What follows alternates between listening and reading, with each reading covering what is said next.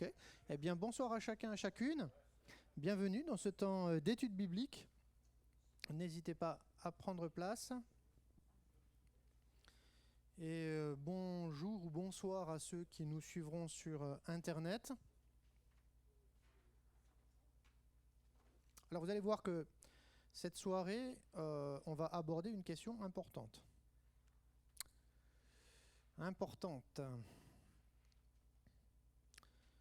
Et on va répondre à cette question par la Bible.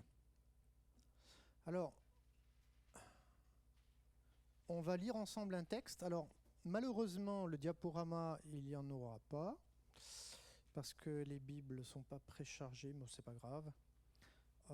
Mais prenez vos Bibles avec vous, ça sera important quand même. On va faire quelques petits gymnastiques ensemble ce soir. Et c'est important de pouvoir ensemble partager. Donc on va lire le texte, puisqu'on va lire Apocalypse chapitre 1, versets 9 à 20.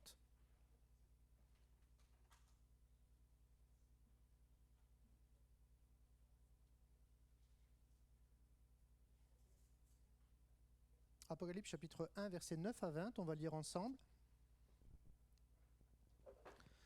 Il est écrit « Moi, Jean, votre frère, qui est part avec vous à la tribulation », et donc ce sera la question qu'on va aborder ce soir, la question de la tribulation. Intéressant, n'est-ce pas?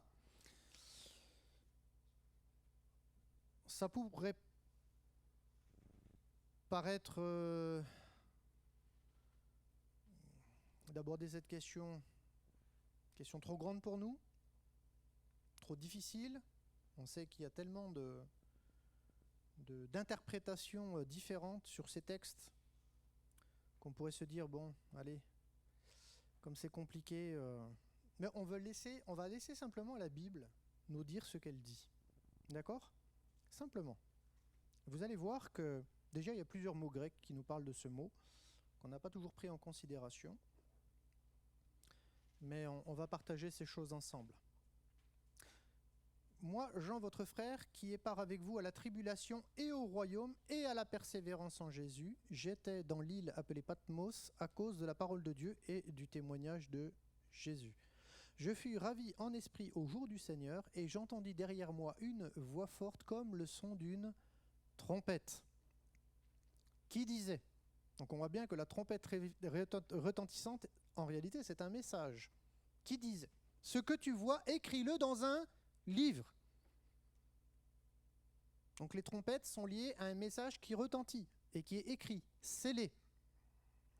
Et envoie-le aux 7 églises, à Éphèse, à Smyrne, à Pergame, à Thyatire, à Sardes, à Philadelphie et à Laodicée. Je me retournai pour connaître quelle était la voix qui me parlait. Et après m'être retourné, je vis 7 chandeliers d'or. Et au milieu des 7 chandeliers, quelqu'un qui ressemblait à un fils d'homme, vêtu d'une longue robe et ayant une ceinture d'or sur la poitrine. Sa tête et ses cheveux étaient blancs comme de la neige, comme de la laine blanche, comme de la neige, pardonnez-moi. Ses yeux étaient comme une flamme de feu. Ses pieds étaient semblables à de l'airain ardent, comme s'il eût été embrasé dans une fournaise, et sa voix était comme le bruit de grandes eaux. Il avait dans sa main droite 7 étoiles, de sa bouche sortait une épée aiguë à 2 tranchants. Son visage était comme le soleil lorsqu'il brille dans sa force. Quand je le vis, je tombai à ses pieds comme mort. Il posa sur moi sa main droite en disant « Ne crains point, je suis le premier et le dernier et le vivant. J'étais mort, et voici je suis vivant au siècle des siècles. Je tiens les clés de la mort et du séjour des morts. Écris donc les choses que tu as vues, celles qui sont et celles qui doivent arriver après. Le mystère des 7 étoiles que tu as vues dans ma main droite et des 7 chandeliers d'or. Les 7 étoiles sont les anges des 7 églises ou les messagers des 7 églises, et les 7 chandeliers sont les 7 églises. Amen. Amen. Donc, il est question ici de la tribulation. La notion de tribulation dans la Bible recouvre plusieurs mots grecs que nous allons explorer pour en comprendre pleinement le sens. Le mot qui est le plus usité dans le texte, 45 occurrences dans les textes grecs de la Nouvelle Alliance, vient du mot grec thlipsis. Il signifie tribulation, trouble, détresse, angoisse, souffrance, persécution,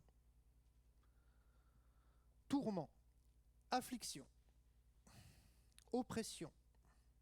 Voilà ce que signifie ce mot. Il est forcément à nos oreilles pas très agréable, n'est-ce pas? Parce que qui a envie de souffrir?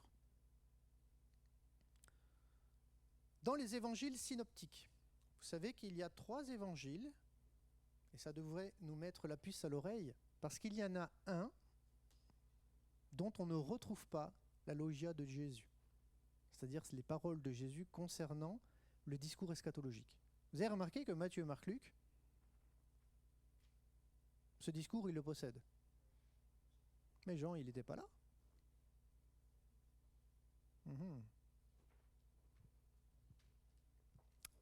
C'était peut-être pas le même Jean.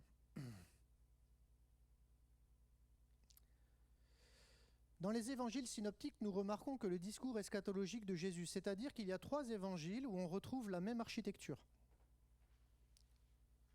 dans le développement des évangiles. Et on peut les recouper les uns les autres, on retrouve les miracles, les paroles, les événements principaux de la vie de Jésus. Jean est un évangile qui est totalement à part, qui n'a rien à voir. Le but n'a rien à voir avec ces 3 évangiles. Il poursuit un autre but, Jean. Il n'est pas dans la même logique. Dans les évangiles synoptiques, il est question de la tribulation, et notamment dans le discours eschatologique de Jésus. Et nous allons lire ensemble, parce que ce discours eschatologique s'articule autour de la question de la destruction du second temple. Nous retrouvons le discours eschatologique de Jésus dans les 3 évangiles, en Matthieu 24, Marc 13 et Luc 21. Et dans ces 3 évangiles, 2 mots, 2 adjectifs différents vont être utilisés par les évangélistes pour exprimer la même pensée. 2 mots grecs. Et cela doit nous amener à comprendre la vérité suivante. C'est que pour exprimer une même pensée, plusieurs mots sont utilisés.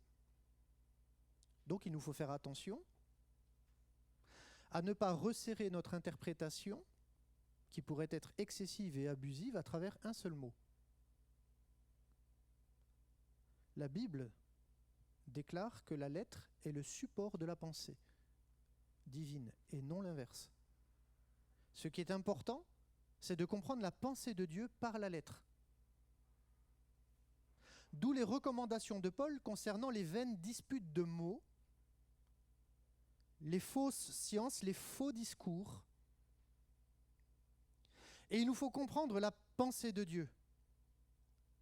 Jésus a donc prononcé un même discours dans les 3 évangiles qui vont être relatés, en utilisant des mots différents. Ces mots ne s'opposent donc pas, mais au contraire se conjuguent, pour nous faire comprendre la même chose, la même pensée, et c'est ce que nous allons voir. Le point de départ des paroles de Jésus, c'est quoi dans ces 3 évangiles, Matthieu 24, Marc 13, Luc 21? Est-ce que quelqu'un au milieu de nous le sait? Le point de départ des paroles de Jésus, du discours eschatologique. On parle, en parlant de discours eschatologique, de la fin des temps. C'est déjà faux théologiquement parlant. Non, c'est la fin de la prophétie. Donc c'est l'accomplissement de la prophétie. Et comme il y a 1200 prophéties, même plus, ça veut dire qu'il y a autant d'accomplissements que de prophéties. Et à chaque fois qu'il y a un accomplissement de la prophétie, on est dans la fin des temps de la prophétie. C'est ça la pensée biblique. Quand Jésus a accompli la rédemption à la croix, il va dire tout est accompli. Il a accompli quoi? La prophétie. Est-ce que c'était prophétique qu'il verse son sang pour le pardon des péchés? Bien sûr.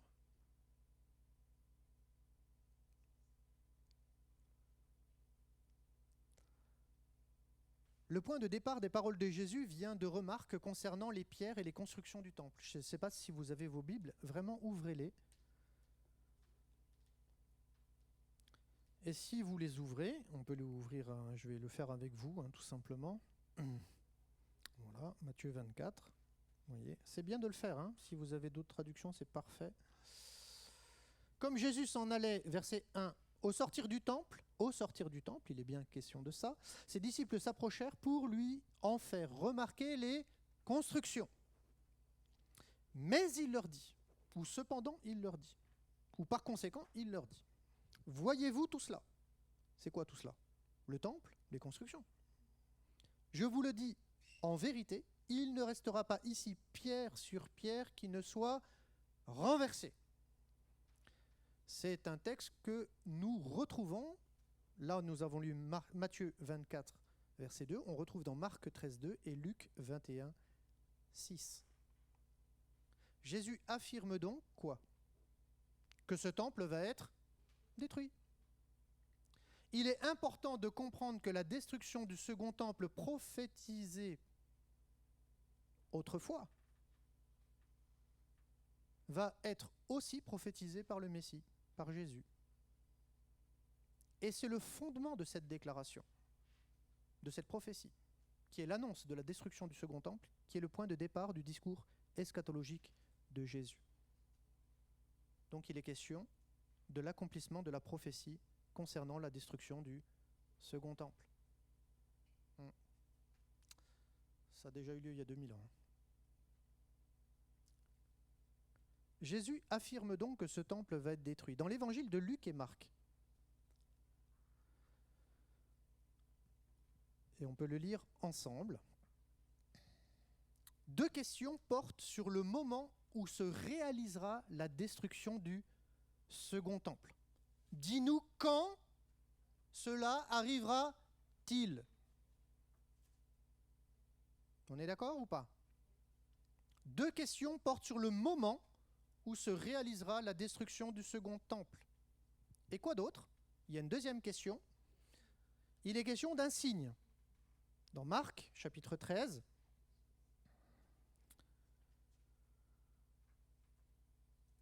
au verset 4, il est dit « Dis-nous quand cela arrivera-t-il et à quel signe connaîtra-t-on que toutes ces choses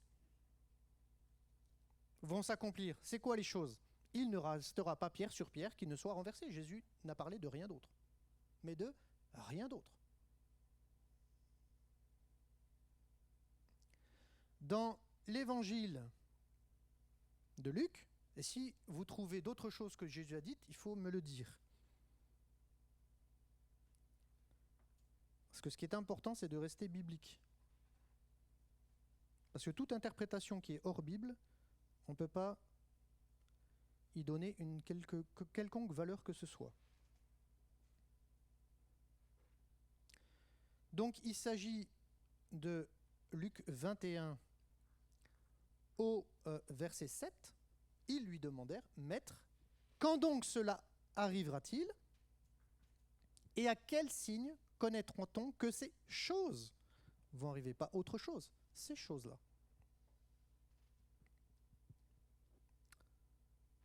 Par contre, l'évangéliste Matthieu, regardez l'évangéliste Matthieu, intéressant, je ne sais pas si vous avez fait attention, mais là, il apporte une nuance, Matthieu. Vous voyez comme quoi c'est important de mettre les trois en relation. Regardez.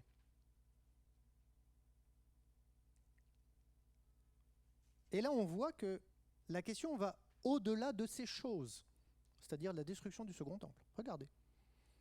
Donc, au Matthieu 24, verset 3, « Dis-nous quand cela arrivera-t-il ?» On est toujours dans la destruction du second temple. Par contre, là, il y a quelque chose de nouveau. « À quel signe de ton avènement et de la fin du monde ?» Alors là, on pourrait dire, bon, il ne s'agit pas du même événement ce coup-là. Il y a donc une nuance entre les questions des disciples qui sont rapportées par les évangélistes Marc et Luc, et il y a une nuance apportée par Matthieu. Je remarque une chose, c'est que si on reprend le texte hébreu sous-jacent, on aurait pu traduire et on aurait dû traduire. Quel signe? Quel sera le signe de ton avènement? Et ça, c'est vraiment l'avènement, la manifestation visible de Jésus en tant que ressuscité ou glorifié? Ça, c'est vous qui le dites. Mais c'est écrit nulle part. Mais on pourrait le soupçonner aussi, la Bible ne le précisant pas. Mais ça pourrait très bien être le Christ ressuscité. Parce qu'il va réapparaître, non? Après sa mort. C'est une apparition. C'est aussi une parousie. Et de la fin de ce monde. De ce monde qui fonctionne. À travers ce temple. À travers ce culte qui est offert. Parce que vous savez qu'encore à cette époque, à ce discours de Jésus, les sacrifices ont toujours lieu dans le temple pour le pardon des péchés. Oui ou non? Oui. Et c'est la norme en vigueur, pourquoi? Parce que Jésus n'est pas encore mort sur la croix, ni ressuscité d'entre les morts.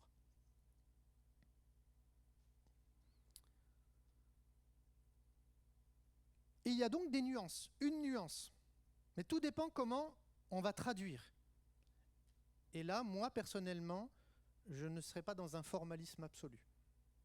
Je peux laisser libre cours au fait de croire que le signe de son avènement est lié aussi, peut-être, à son apparition future, c'est-à-dire à son avènement lorsqu'il viendra sur les nuées. Et finalement, la fin de ce monde peut être aussi liée non pas seulement au siècle présent du temps des apôtres, du temps de Jésus, pardonnez-moi, et donc du cycle qui se passait encore dans le temple lié au sacrifice et à l'offrande, mais peut aussi, parce que c'est la même expression juive, qui parle de la fin du monde, de la fin des temps, des fins dernières, c'est-à-dire jusqu'à la venue en gloire de Jésus. Il peut donc y avoir une double interprétation, et donc avec cette double interprétation, cela nous introduirait dans une double perspective. D'accord? Vous me suivez? Ça veut dire qu'il y a une double lecture. Allez, on continue. Mais vous verrez qu'on ne pourra pas superposer une chose. C'est la destruction du second temple. Parce que je crois que nous le savons tous ici, et ça ne sera pas une révolution. C'est ce que lorsque Jésus reviendra sur les nuées, lorsqu'il y aura son avènement, sa manifestation, c'est pour sauver Jérusalem. Les nations ne détruiront pas Jérusalem. Non. C'est même le souffle de la bouche du Messie qui les détruira. Parce que c'est Dieu qui fera lui-même la guerre aux ennemis d'Israël. C'est vrai ou pas? Oui. Hein. Deuxièmement, est-ce que lorsque le Messie reviendra, est-ce que ça sera le 4e exil d'Israël? Ben non, s'il a déjà eu lieu. Vous êtes d'accord ou pas? Troisièmement, lorsque le Messie reviendra, est-ce qu'il fera cesser le sacrifice et l'offrande? Ben, c'est déjà le cas depuis un certain nombre d'années quand même. Pourquoi c'est important de se poser la question?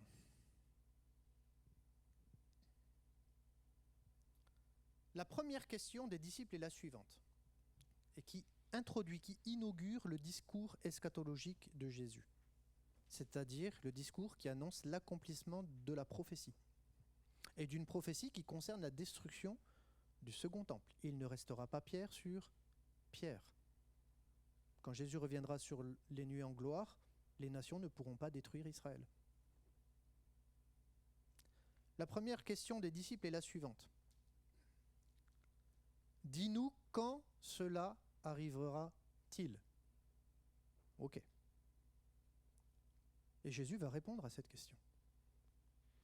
Cette question est directement liée à la déclaration solennelle de Jésus.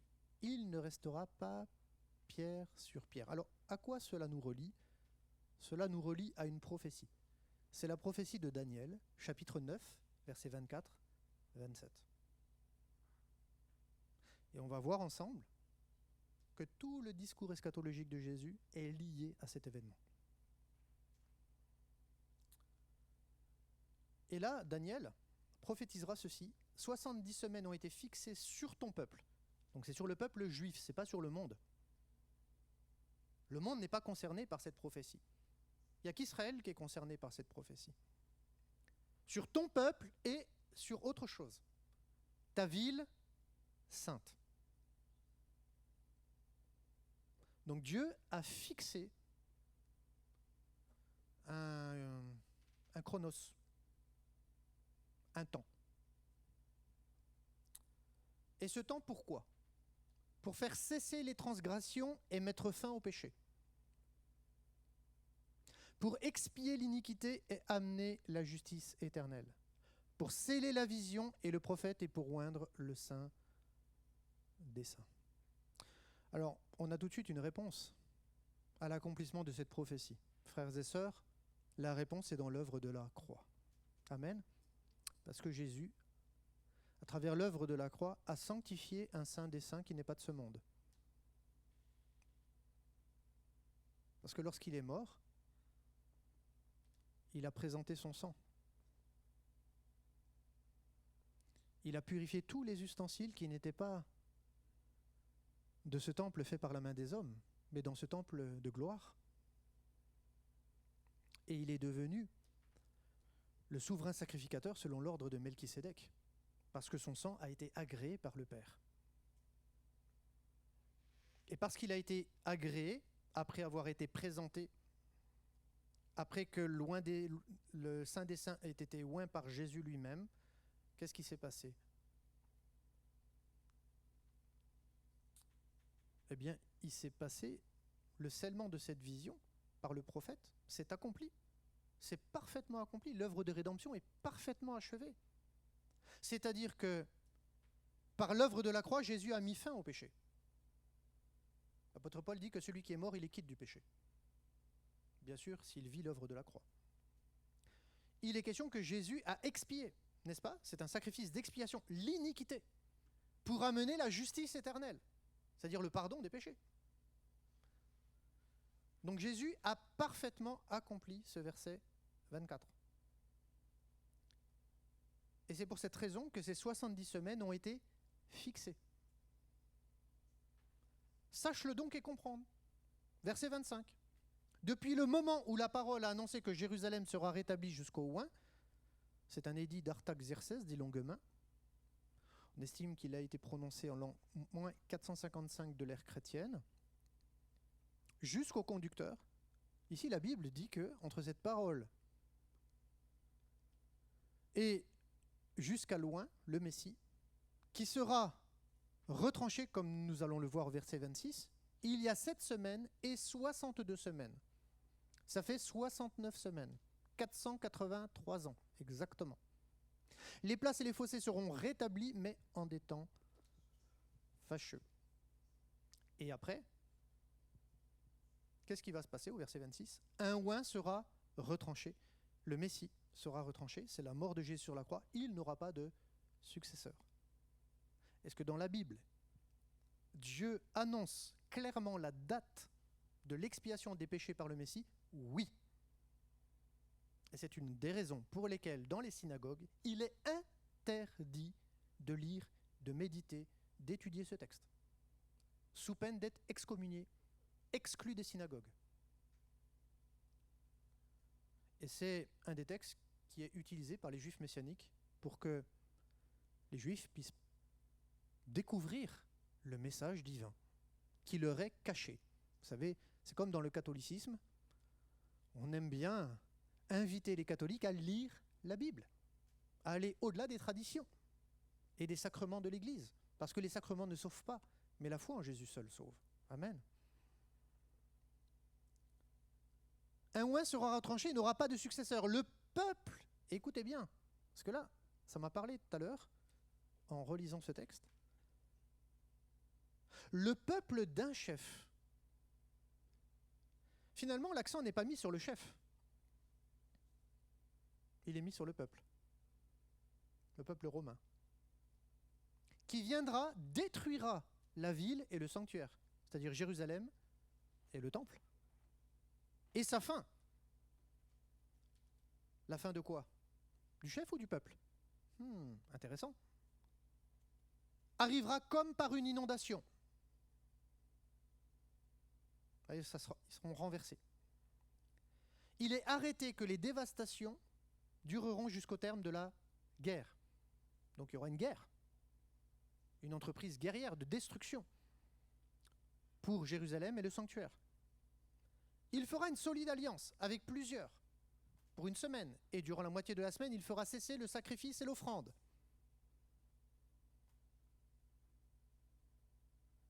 Le dévastateur commettra les choses les plus abominables jusqu'à ce que la ruine et ce qui a été résolu fondent sur le dévastateur. Amen. Donc bien sûr, ici, vous le savez comme moi, dans ce texte et dans le texte original, il s'agit de septénaire d'années. Donc les 7 jours de la semaine correspondent en réalité à cette année prophétique.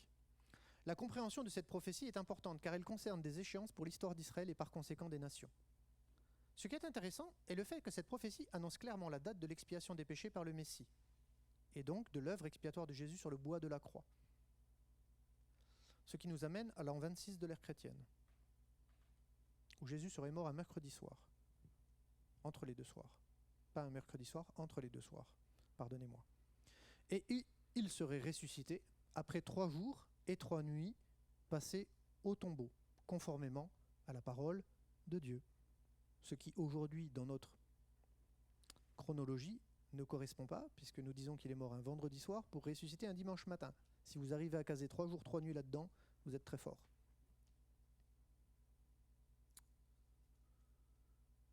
Mais il y a un problème. Or, la Bible, il n'y a pas de problème avec la Bible. C'est pas parce que nous, on manque de repères que Dieu a manqué à sa parole.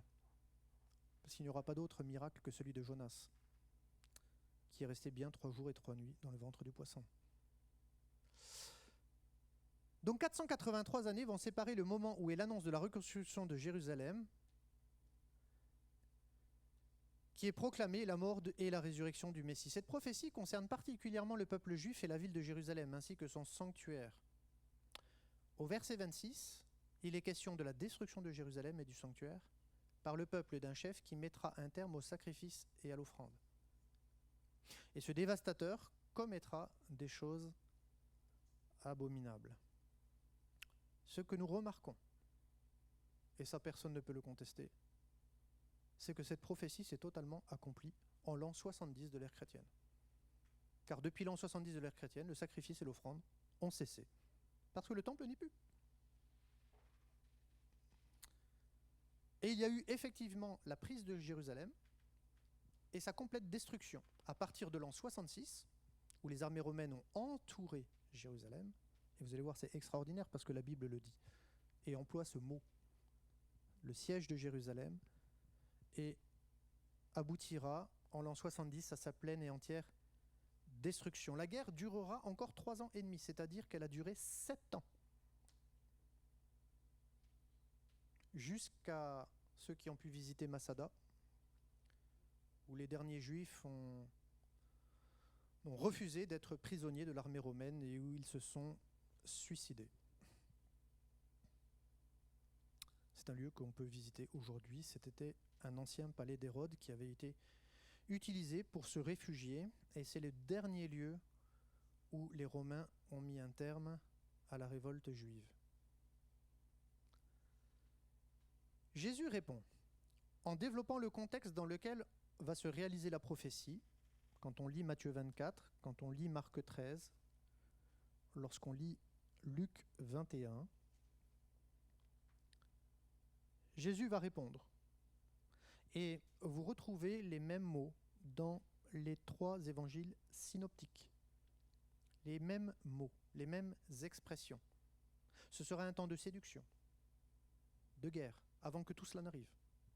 C'est-à-dire la destruction du second temple, de famine, des catastrophes naturelles. Mais aussi un temps de persécution à cause du témoignage de Jésus qui s'internationalisera, parce que c'est écrit que la bonne message de l'évangile sera annoncée dans le monde entier, mais à l'époque de Jésus, le monde entier, c'est quoi? C'est Rome. Évidemment, c'est Rome.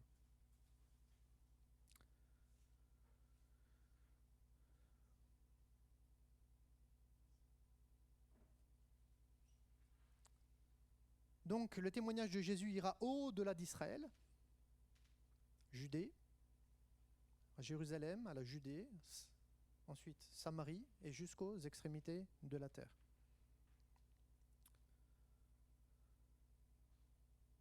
Et il y aura aussi un temps d'anti-messianisme généralisé, la haine des chrétiens. L'évangéliste Luc rapporte par rapport à Marc, il y a toujours des petites différences, mais il va rajouter par rapport à ce que je vous ai dit, c'est simplement ce qui est écrit dans la Bible, que les disciples de Jésus seront livrés aux synagogues, jetés en prison et mis à mort. Matthieu ajoute à Luc, comme si ça ne suffisait pas, qu'il y aura des trahisons, des faux prophètes, et souligne qu'à cause du progrès de l'iniquité, l'amour du plus grand nombre se refroidira. Toujours dans le contexte de la destruction du second temple. Et Matthieu utilise au verset 9 du chapitre 24, « Alors on vous livrera au tourment ». Et ici, vous avez le grec thlipsis qui signifie tribulation. « Alors on vous livrera aux tribulations, et l'on vous fera mourir, et vous serez haïs de toutes les nations à cause de mon nom. » Jésus exprime clairement que la tribulation concerne directement les disciples de Jésus à cause de la haine dont ils seront victimes par toutes les nations. Cette haine résulte de la haine dont Jésus lui-même a été victime sur la terre. Ce sera donc un temps de tourment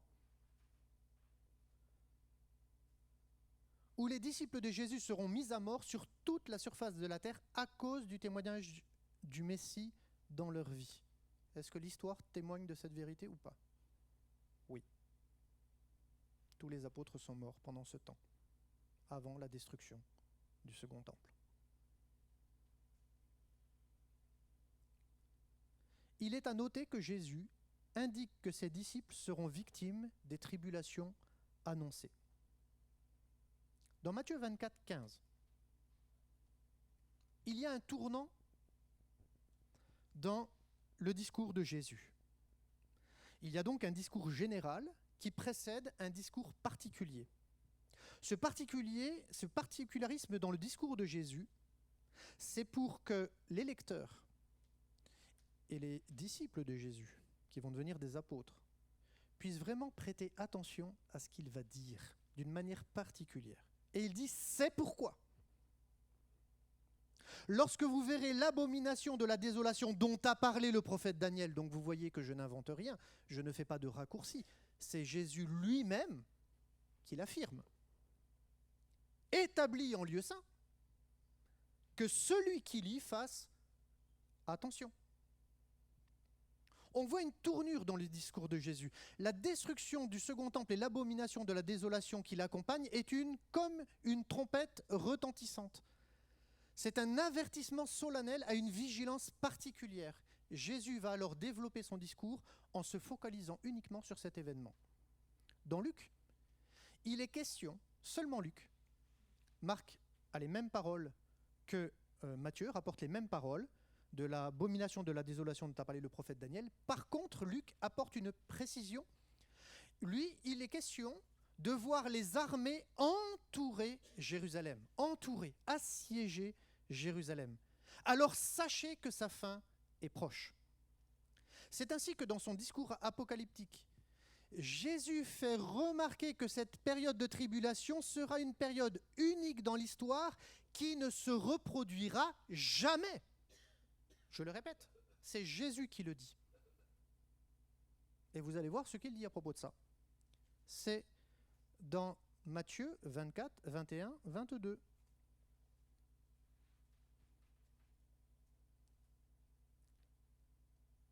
Dans le discours qui continue concernant la destruction de Jérusalem et l'abomination de la désolation qui concerne le second temple et sa destruction, Jésus dit ceci. Et là, c'est très intéressant pour la notion de la tribulation.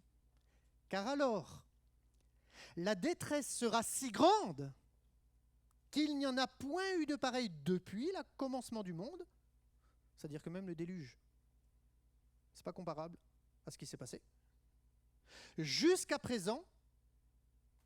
Et qu'est-ce qui est écrit après? Et qu'il n'y en aura jamais. Vous êtes d'accord? C'est ce qui est écrit ou j'invente pas?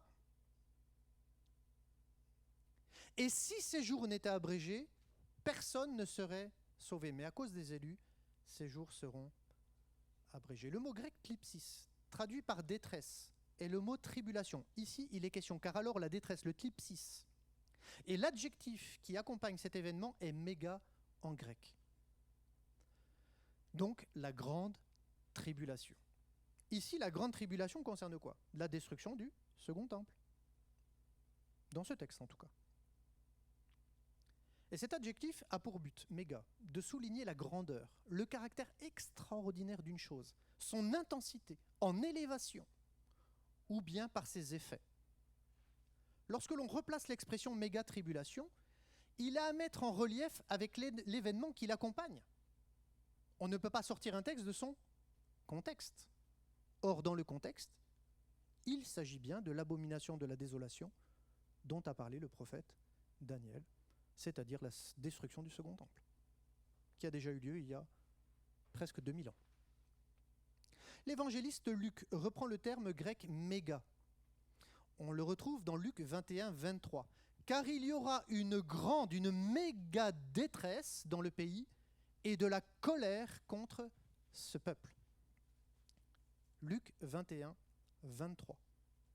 Mais ce qui est étonnant, c'est que le mot traduit dans la Louis II par détresse ne nous renvoie pas au grec thlipsis, mais au grec anenke.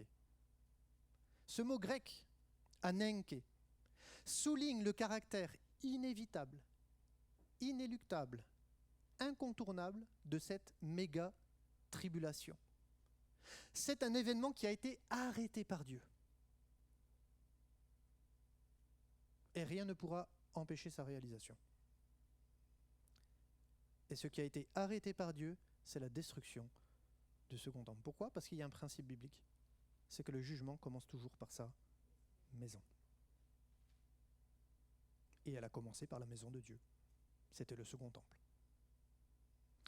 D'où le fait de faire attention non pas aux mots seulement, parce que finalement, dans les évangiles, la notion de la tribulation, de la détresse, de l'angoisse, de l'affliction, de la grande tribulation, n'est pas simplement liée au mot thlipsis. Mais il y a encore d'autres mots, anenke par exemple. Et ces deux mots grecs soulignent évidemment le même événement et ne s'opposent pas, ils sont dans le même discours et dans le même cadre du discours.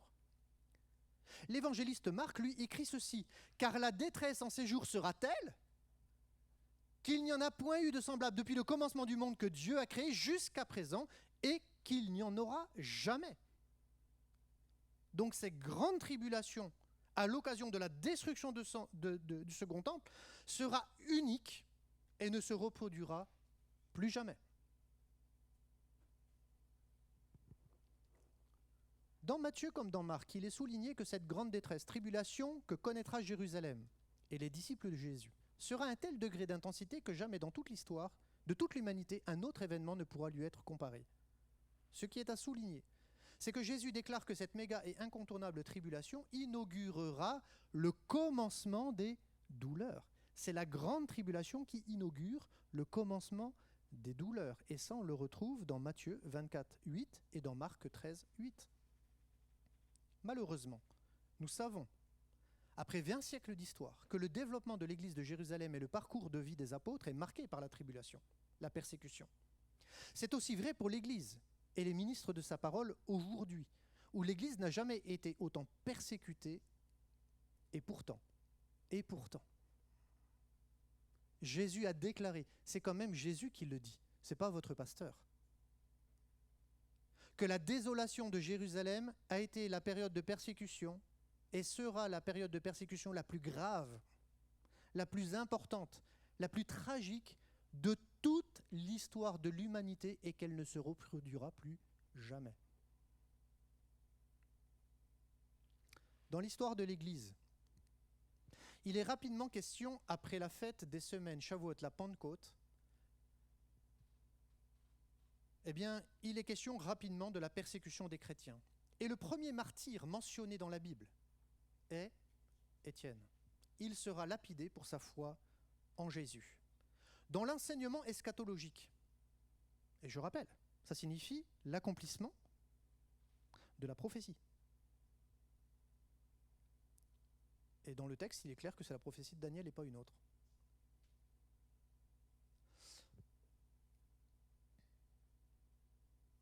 Dans l'enseignement eschatologique de Jésus des évangiles synoptiques, le mot thlipsis est utilisé à l'occasion des douleurs de l'enfantement liées à l'espérance messianique. La femme, lorsqu'elle enfante, dira Jésus dans Jean chapitre 16 verset 21, éprouve de la tristesse parce que son heure est venue. Mais lorsqu'elle a donné le jour à l'enfant, elle ne se souvient plus de la souffrance, thlipsis, à cause de la joie qu'elle a de ce qu'un homme est né dans le monde. Et Jésus rajoutera en Jean chapitre 16 verset 33, « Je vous ai dit ces choses, afin que vous ayez la paix en moi. Vous aurez des tribulations dans le monde. Vous aurez des thlipsis, des tribulations dans le monde. Mais prenez courage, j'ai vaincu le monde. » Jésus n'indique pas que nous, les disciples, éviterons la tribulation, ou les tribulations, ou la grande tribulation. Non. Il dit que nous aurons des tribulations, c'est-à-dire des souffrances, des douleurs, des persécutions, de la prison, voire même le risque d'être mis à mort pour avoir confessé le nom de Jésus. L'apôtre Paul lui-même exhortera les disciples à persévérer dans la foi. Et écoutez bien, cette parole, elle est très intéressante. Dans Actes 14, 22, et disant que c'est par beaucoup de thlipsis, de tribulations, qu'il nous faut entrer dans le royaume de Dieu. Et là, il s'agit de beaucoup. Alors vous allez me dire, mais c'est pas grande, beaucoup. Ben si, ça veut dire grande aussi. C'est l'adjectif grec polus, traduit par beaucoup, mais qui exprime la notion de grandeur, de nombreuse, de très nombreuse, c'est multiplié.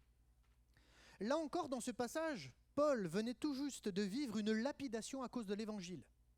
Et ses bourreaux le pensaient mort. Mais l'apôtre Paul avait survécu miraculeusement à cette grande tribulation.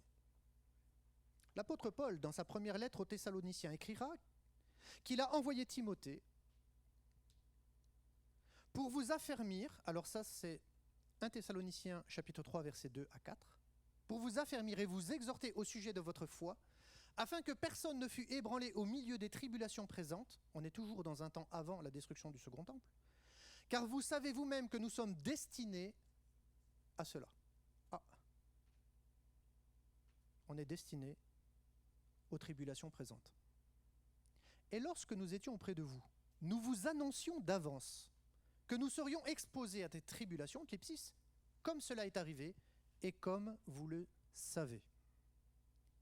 C'était quelque chose qui était su, qui était connu, qui était accepté de l'Église, parce que Jésus l'avait lui-même enseigné. Dans le livre de la Révélation écrit par Jean, celui-ci va voir une foule nombreuse, Apocalypse 7, de toute nation, de tout peuple, de toute tribu et de toute langue, qui se tenaient devant le trône et devant l'agneau en adorant. Est-ce à dire, et je me suis posé la question, parce qu'on s'est tous ensemble posé la question, est-ce que donc le paradis, le troisième ciel, le ciel de gloire, nous permet de goûter à la présence de Jésus ou pas? Ici, Ils sont devant le trône et devant l'agneau, en adorant. Un des vieillards va interroger Jean. Qui sont-ils et d'où sont-ils venus? Apocalypse chapitre 7, verset 13. À cette question, Jean ne peut répondre. Mais le vieillard déclarera lui-même au verset 14 de ce même chapitre, « Ce sont ceux qui viennent de la grande tribulation. Ils ont lavé leurs robes et les ont blanchis dans le sang de l'agneau. » Effectivement, l'évangile n'est pas resté à Jérusalem après la Pentecôte. Et bien avant la destruction du second temple, l'évangile avait franchi les frontières d'Israël pour toucher les nations. Le mot tribulation vient du grec thlipsis. En hébreu, c'est tsara. Tsara, dont la racine est tsar, qui signifie ennemi, adversaire, détresse, affliction, tribulation et troi. Et cet adjectif, tsar, en hébreu, forme le mot Mitzraïm, l'Égypte. S'il y a bien une fin des douleurs, cela signifie qu'à la fin de l'histoire, l'Éternel mettra un terme à ces douleurs, comme il a mis un terme aux douleurs d'Israël, prisonnier en Égypte. Cela évidemment nous renvoie directement à l'épreuve de la sortie d'Égypte, l'épreuve, la tribulation. Nous voyons que dans le livre de l'Apocalypse,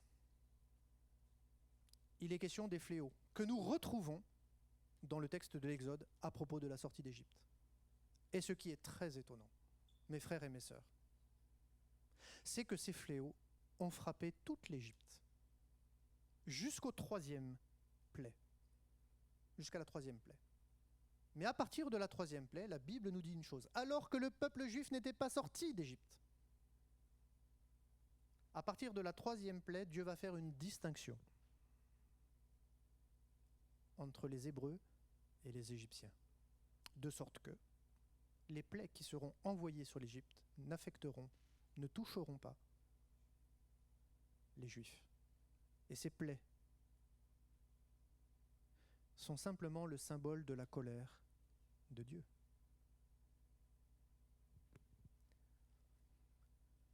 Si Dieu ne nous a pas destinés à la colère, l'apôtre Paul affirme solennellement, comme Jésus, que les chrétiens sont destinés à la tribulation. Des temps d'épreuve et d'angoisse à cause du témoignage de Jésus. Aussi, ce point de départ du temps d'épreuve concerne la destruction du second temple en l'an 70 de l'ère chrétienne, comme le décrit le prophète Daniel au chapitre 9, versets 24-27. C'est alors que commencera le temps des nations, qui fouleront aux pieds Jérusalem jusqu'à la fin du temps des nations et le retour du 4e exil d'Israël.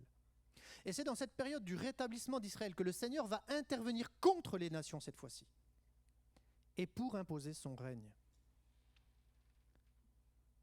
Évidemment, il s'agira encore d'une période de tribulation pour l'Église, et qui ira jusqu'en s'accentuant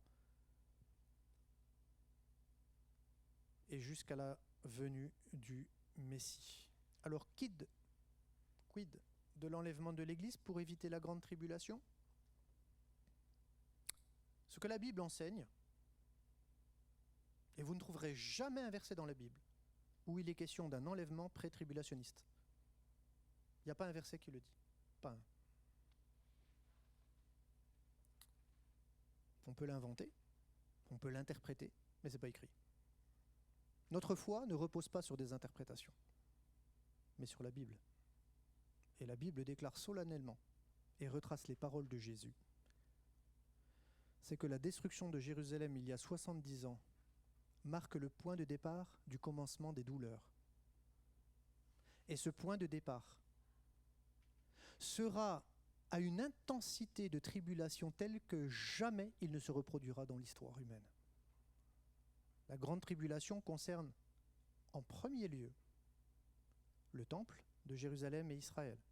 1700 ans dans l'histoire, parce que c'est le commencement des douleurs à l'Église, comme l'écrit Paul, pour lui-même, mais comme il l'écrira également aux églises, afin qu'elles ne se découragent pas, malgré les épreuves qu'elles traversent, qu'elles demeurent fidèles Parce que Jésus a dit que c'est celui qui persévérera jusqu'à la fin qui sera sauvé. Que Dieu nous accorde la grâce, nous aussi, d'être fidèles, comme les apôtres ont été fidèles, comme les premiers chrétiens ont été fidèles partout dans l'Empire romain. Ils ont été mis à mort dans des arènes et dans d'autres, et pour d'autres événements. Mais Dieu leur a donné le courage pour demeurer ferme par son esprit, au-delà de toute souffrance et de toute douleur. Que Dieu nous accorde la grâce aussi, si nous devons souffrir pour son nom, de demeurer ferme comme nos frères et sœurs dans le monde, qui aujourd'hui, malheureusement, parfois sont mis à mort pour le nom de Jésus. Voilà ce que nous pouvons dire sur la notion de la tribulation, et vous ne trouverez pas d'autres versets. Vous pouvez fouiller, retourner la Bible, prendre tous les dictionnaires que vous voulez, vous ne trouverez aucun autre verset exprimant autre chose. Et si vous souhaitez connaître, parce que jusqu'au XXe siècle de l'ère chrétienne, il n'y a jamais eu, dans aucune école d'interprétation, ni catholique, ni orthodoxe, ni protestante, ni juive messianique, aucune, jusqu'au XXe siècle, il n'y a jamais eu d'interprétation d'enlèvement pré-tribulationniste, c'est-à-dire d'église qui échappe à la grande tribulation. Cela n'a jamais existé. Et si vous voulez savoir comment, je dirais, ce mythe, cette interprétation est née dans l'histoire de l'Église, je peux vous en parler. Et je pense que j'en ai déjà parlé, mais je vais m'arrêter là. Effectivement, c'est la question d'une femme qui est tombée en transe dans un temps de jeûne et prière, qui aurait reçu cette révélation, une révélation qui n'est pas fondée sur les Écritures. Or, pardonnez-moi, mais si une révélation n'est pas fondée sur les Écritures, est-ce qu'elle peut être retenue comme vraie et certaine ? Non. Car l'esprit des prophètes est soumis aux prophètes. Et si on commence à accepter des interprétations hors scriptura, hors révélation des Écritures, pardonnez-moi, là on est en danger, en grand danger.